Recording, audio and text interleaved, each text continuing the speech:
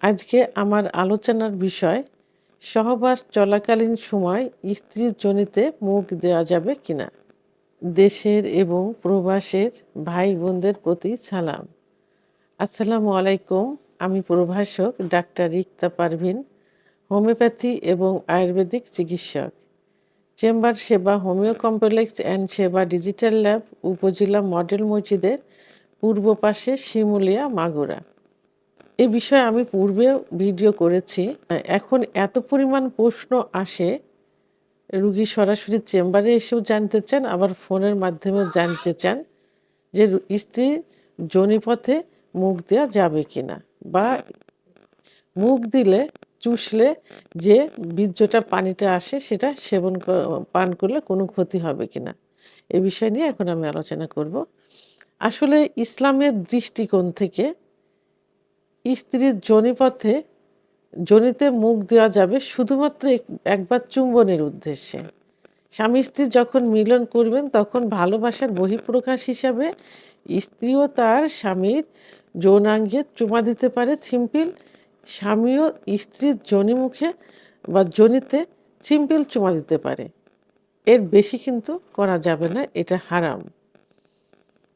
কিন্তু অনেক দম্পতি যখন মিলনে লিপ্ত হয় তখন তাদের ভালো লাগার এবং ফোরপ্লে করার একটা অংশ হিসাবে স্ত্রীও তার স্বামীর যৌনাঙ্গ মুখে নেয়, অনেক চষে অনেক সময় বীর্যপাত ঘটিয়ে দেয়। আবার তার স্বামীও স্ত্রীর যোনিমুখে মুখ দেয়, চষে, এবং অনেক সময় অর্গাজম সহ বীর্যপাত হয়ে যায়। তো আসলে স্ত্রীর যোনিমুখে মুখ দিলে অনেক সমস্যা হতে পারে। মুখ দিলে যখন স্ত্রীর একটা উত্তেজনা আসলে তার অর্গাজম হয়। অর্গাজম হলে কামরাস বের হয়, যেটা মিলনের সময় জায়গাটাকে পিচ্ছিল করে। আবার অনেক সময় বীর্যপাত হয়ে যায়। কিন্তু মহিলাদের বীর্যপাত কিন্তু পুরুষের মতো বীর্য বের হয় না, লালা বীর্য বের হয় না। পানি বের হয়, এক জাতীয় পানি বের হয়। যে পানিতে কি থাকে? Glucose, fructose, protein, amino acid ইত্যাদি থাকে, যেটা কিন্তু কোনো ক্ষতি করে না, পান করলে কোনো ক্ষতি করে না।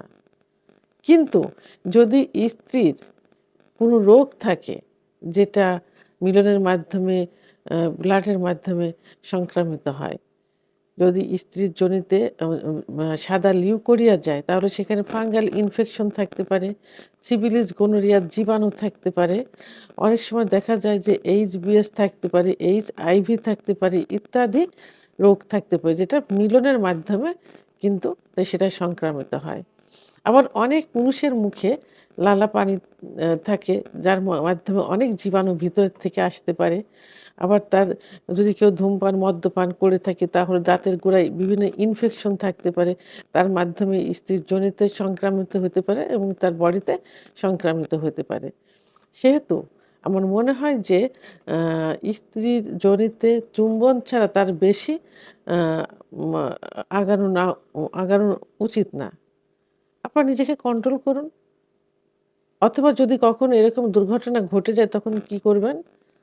আ তখন নিজেকে কন্ট্রোল করে দূরে সরিয়ে চলে আসার চেষ্টা করবেন।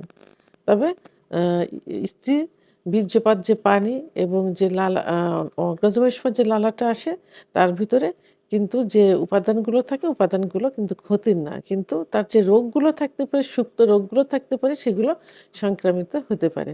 আশা করি আমি সুন্দরভাবে বুঝাতে পেরেছি। একই সমস্যা কিন্তু স্বামীকেও থাকতে পারে। স্বামীর বীর্যতেও থাকতে পারে, বডিতেও থাকতে পারে। এইজন্য পাশাপাশি উভয়ই সচেতন হওয়া উচিত। চুম্বন ছাড়া ইসলামিক যে আইন দিয়েছেন তার বাইরে না যাওয়াই উচিত। ভিডিওটি সম্পর্কে যদি কোনো মতামত থেকে থাকে, অবশ্যই কমেন্টসের মাধ্যমে জানাবেন। ভিডিওটি ভালো লাগলে লাইক, কমেন্ট, সাবস্ক্রাইব করে আমার সঙ্গে থাকুন। আল্লাহ হাফেজ।